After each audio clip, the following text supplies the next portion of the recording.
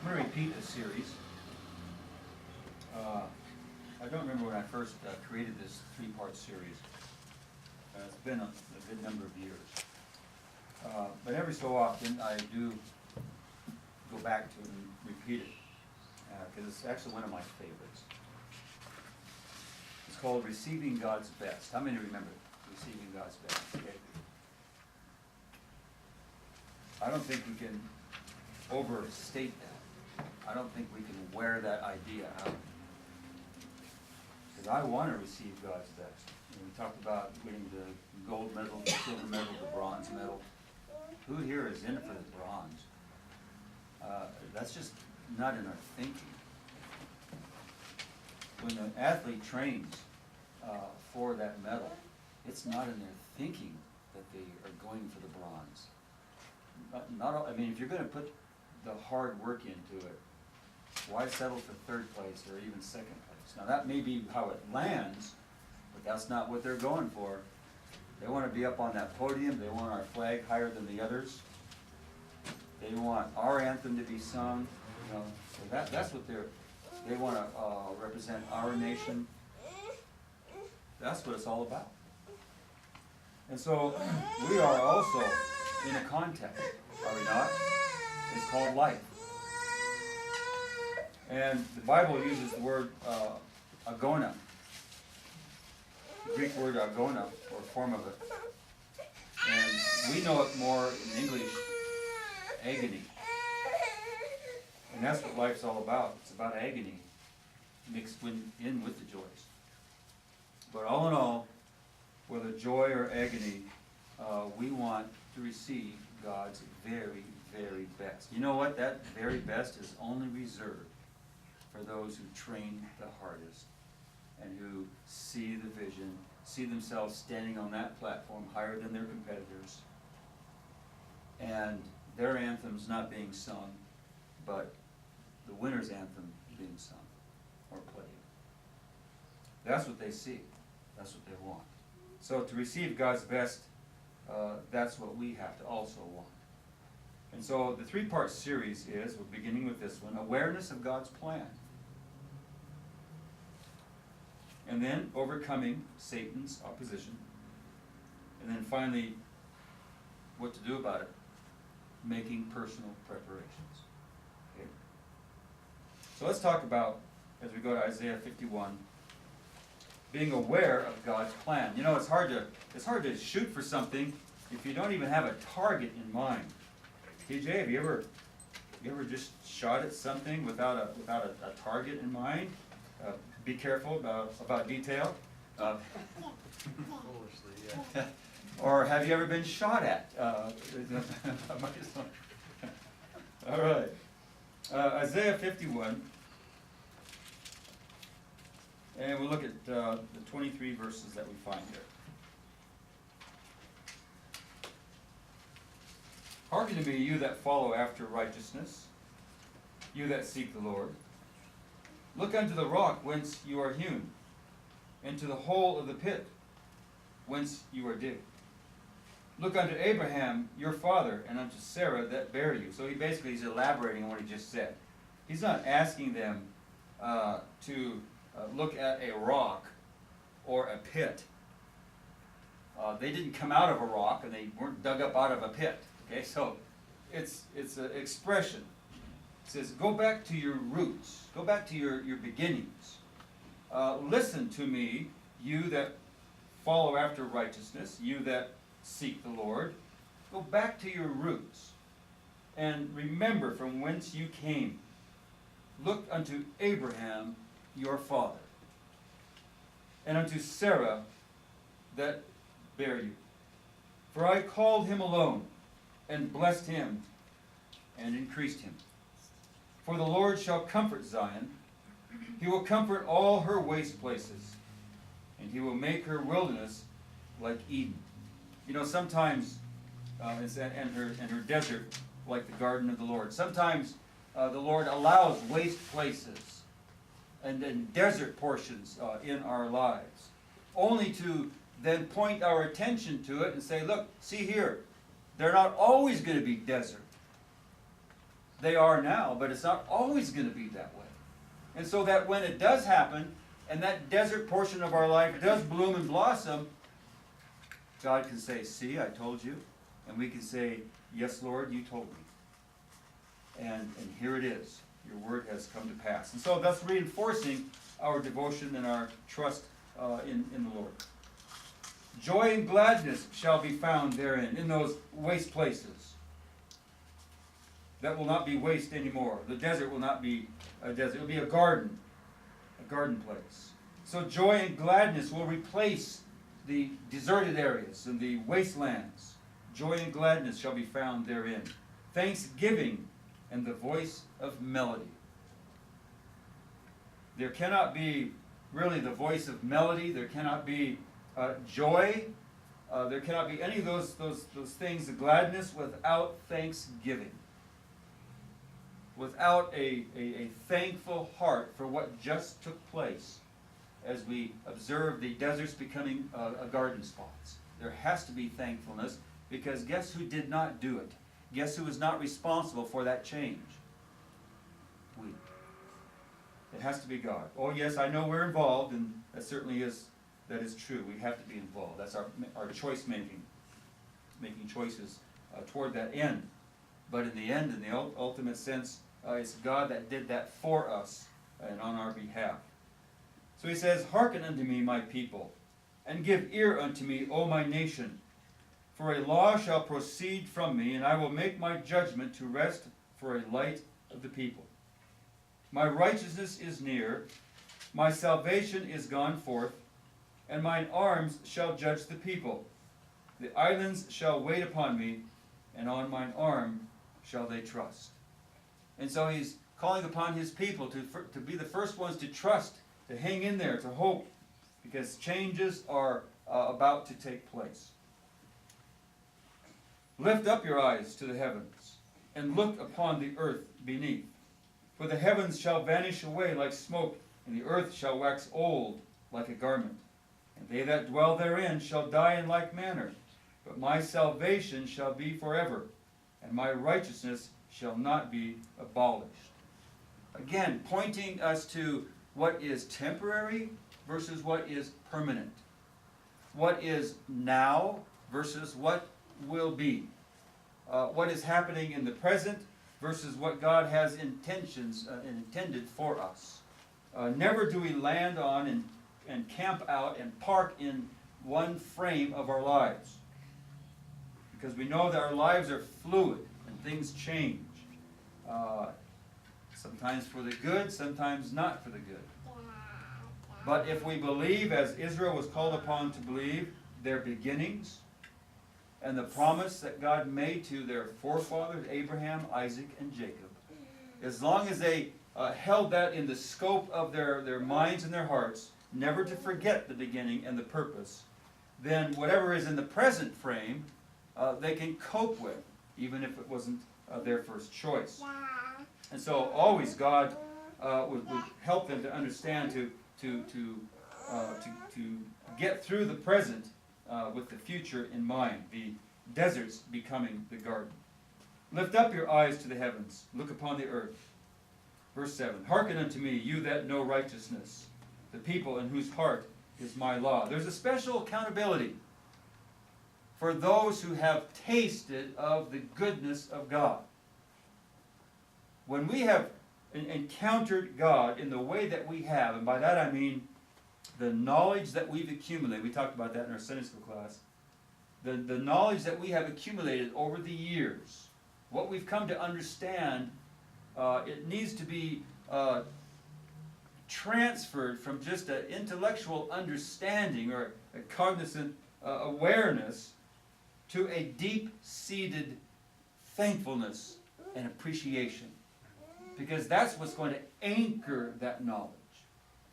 Without an appreciation, there's your emotional part of it. The knowledge isn't the emotional part. The knowledge is basically the building blocks, the components. Well, bricks. The pieces of knowledge are the bricks. And you can stack the bricks. You can stack a bit of knowledge on top of a bit of knowledge, this fact and that fact. You can stack them up. You can create a wall. That's great. But unless they are mortared together, then a strong wind can come along and knock all that out. And that will mean nothing to you. It's got to be mortared together. So when we mix up in our mortar appreciation and thankfulness, humility, and we mix all that up, we start layering a row of bricks, and we smooth over the humility and appreciation, and put another row of bricks of knowledge on that experience. And then another, more mortar, and then new experiences, more knowledge. We've got a solid wall that we're building. Jesus talked about solidness, didn't he? When he said that when a man sets out to build a house, both situations apply. Whether it's a literal house, what you're talking about, literal house, okay? Or whether it's the house of our life.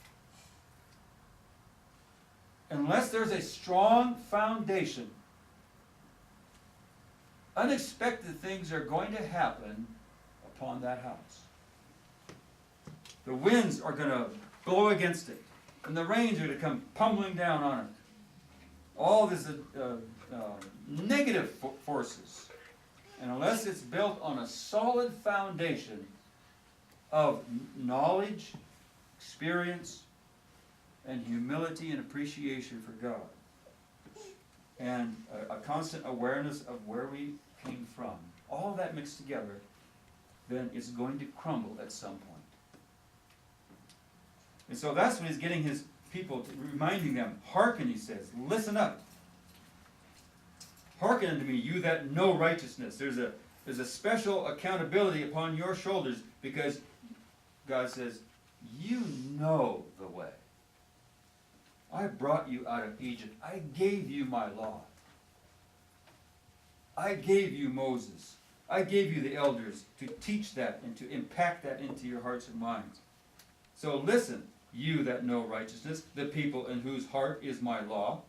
Fear ye not the reproach of men, neither be you afraid of their revilings. For the moth shall eat them up like a garment, and the worm shall eat them like wool. But my righteousness shall be forever, and my salvation from generation to generation. There's two forces at work. One to tear down, to eat away, chip away, work against what's been built. And the other is to promote the growth and to support it and to make it endurable. So we find that God is all for endurable, strength, purpose, continuity. And the forces of the world are all about tearing it down, destroying it. Satan's all about chipping away and eating away at our faith, in our confidence in our God. And so keep in mind, we've talked about this, the backdrop of Isaiah, of the book of Isaiah, is that the nation was in turmoil. They weren't just, in the times that in which they lived, it wasn't, all peace and harmony and tranquility, and it was disturbance. It was on the edge of disaster. They had come to the point, to the brink of Isaiah and other prophets were warning them of invasion of enemies. Because these people had gotten away from Abraham, Isaac, and Jacob, and all that long history, and had heaped to themselves various other deities and gods that they were adhering their loyalties to. And God says, look, I keep sending you prophets, and all you do is kill them or stone them. I'm trying to warn you that I told you from the very beginning that if you obey me, you get to stay in the land, and if you disobey me, you can't stay in the land. Because the land represents inheritance, a gift from me to you. And if you go chasing after other gods, then that's saying, look, you don't appreciate what I gave you. So therefore, you don't get to keep it. And so the two forces are, the moth will eat them like a garment, and the worm shall eat them like wool. But contrary to that, my righteousness shall be forever. If you follow me, my righteousness will get you there. Follow my training plan and do your best. You'll get the goal. I guarantee it. From generation to generation, it says, I'm around to save each generation if they so choose. Verse 9. Awake, awake, put on strength, O arm of the Lord. Awake, as in the ancient days, in the generations of old. Art thou not it that hath cut Rahab and wounded the dragon? Awake, O arm. Isaiah is crying out, O Lord, awake and save us from basically our enemy. Isn't it you? Wasn't it that same arm that we're calling upon now to come to our rescue? The one that wounded Rahab and the dragon, the one that overthrew Egypt? Art thou now it which hath dried the sea, the waters of the great deep, that hath made the depths of the sea a way for the ransom to pass over? Calling upon the history and God's deliverance. Therefore the redeemed of the Lord shall return and come with singing unto Zion. So because of earlier victories that God gave his people, that no matter what's happening now in the present, with Nebuchadnezzar poised to come in and take Jerusalem and invade the land, that they could always look forward to when Zion is restored to her full glory. When I say restored, I get when Zion reaches her full glory. And so, looking at that Lord that has control over both, he can bless, he can chasten. It's at his disposal. He only wants us to get the goal. So that trainer can be nice on one day, and encouragement and nice words, and then the next day can be in your face because you're not performing to your best. And they want you to get that goal. And so there's some days the trainer may not be nice, but he's doing it for that competitor's good. And so keep reading, asking the Lord to awake, put on that strength that we witnessed in the past, put on now. Therefore the redeemed of the Lord shall return and come with singing unto Zion, and everlasting joy shall be upon their head. They shall obtain gladness and joy, and sorrow and mourning shall flee away. I, even I, am he that comforteth you. Who art thou, that thou should be afraid of a man that shall die, and the Son of Man, which shall be made as grass? Jesus said similar words, did he not? He said, be not afraid of men, that the best they can do, or the worst they could do, I guess that's more accurate, is kill you. That's the worst they can do, is kill you. Well, Brother Scott, that's kind of bad though, isn't it? Yeah. But then what after death? Then what? So they've killed you. There you are, lying motionless. But there's a part of you that's not lying motionless. There's the part that's eternal, that went somewhere. Okay? And so fear the one who can not only kill the body, okay, but then deal with that person for all eternity. See, the people can only just, in the moment, just kill you. But God takes over from there. And so fear the one who we will face then forever, whatever circumstances that is. So, again, building this wall of our life, a solid wall, there's got to be fear of God, humility, and purpose. And so he says, don't fear those, and forgettest the Lord thy Maker, that has stretched forth the heavens, and laid the foundations of the earth, and has feared continually every day because of the fury of the oppressor, as if he were ready to destroy. And where is the fury of the oppressor? The captive exile hasteneth that he may be loose, and that he should not die in the pit, nor that his bread should fail. But I am the Lord thy God, that divided the sea, whose waves roared. The Lord of hosts is his name. And I have put my words in thy mouth, and I have covered thee in the shadow of mine hand, that I may plant the heavens and lay the foundations of the earth, and say unto Zion, thou art my people. So there's two perspectives, actually three, that he was calling upon his people to take note of. One was their present condition, their present situation, which was pretty gloomy. Then there was one which they were forced or told to look back at their Redeemer, who had redeemed them before, who, because of his promise to Abraham, Isaac, and Jacob, they have those inherited promises. And then the third perspective is to reach forth ahead, that because of those promises in the past, God is a keeper of promise and will bring Zion to its full purpose. Now here's the clincher. We know that as a people, as an entity, Israel will be in the kingdom. And many of the Jews will be raised to inherit that glory. But in every generation, there were so many within any generation of Jews who failed to get it. And they died. And so although God will restore Zion as he promised and as he mentions here, many of those Jews will not experience that glory. Because during their lifetime, they failed to build the proper wall, mortared with appreciation and humility. They went seeking other things other than God.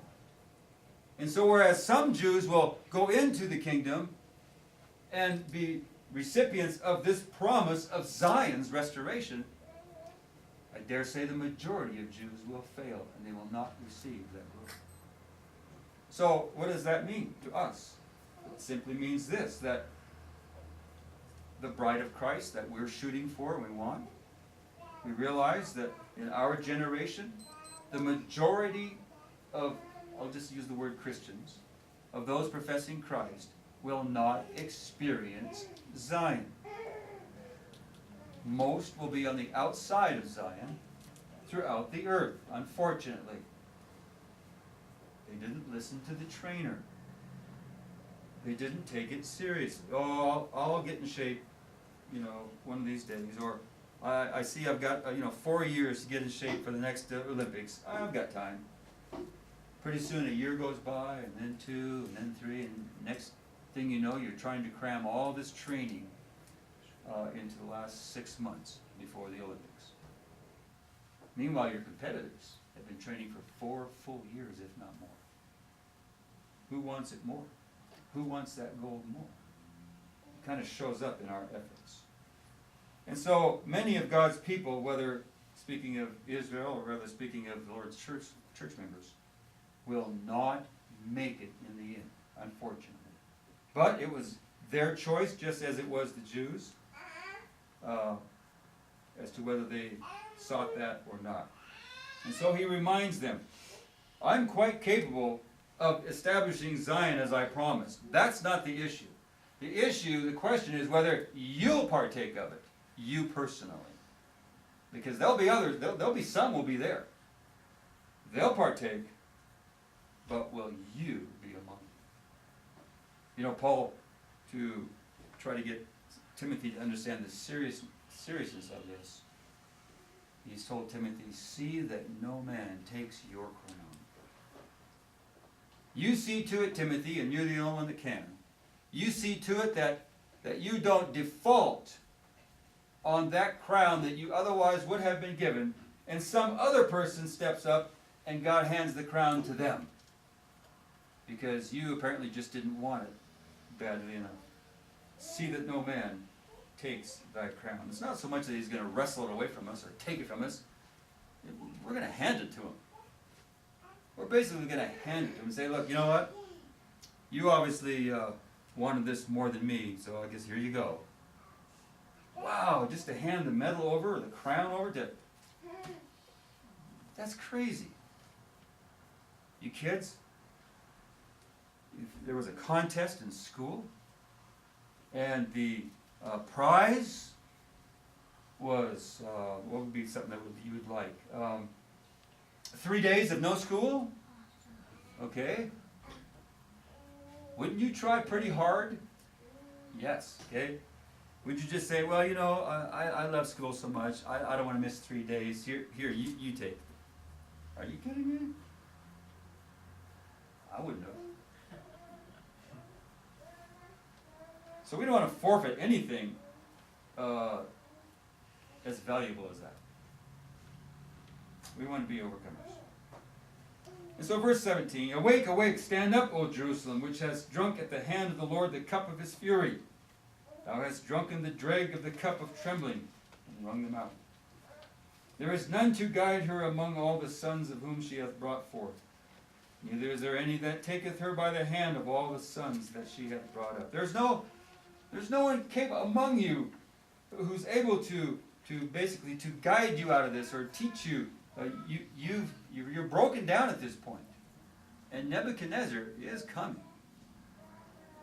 These two things are come upon thee, who shall be sorry for thee? Desolation and destruction, and the famine and the sword, by whom shall I comfort thee? Thy sons have fainted. They lie at the head of all the streets as a wild bull in a net. They are full of the fury of the Lord, the rebuke of thy God. Therefore hear now this, thou afflicted and drunken, but not with wine. Thus saith the Lord thy God, that pleadeth the cause of his people. Behold, I have taken out of thine hand the cup of trembling, even the dregs of the cup of my fury. Thou shalt no more drink it again. Always that promise of restoration. Always that hope. So that they can never point a finger at God and say, all you told us was of havoc and ruin and destruction. You never pointed that there was a way out. We always felt that we only had one choice, and that was to keep moving away from you. No. God always pointed them to a better day and a way out. Okay?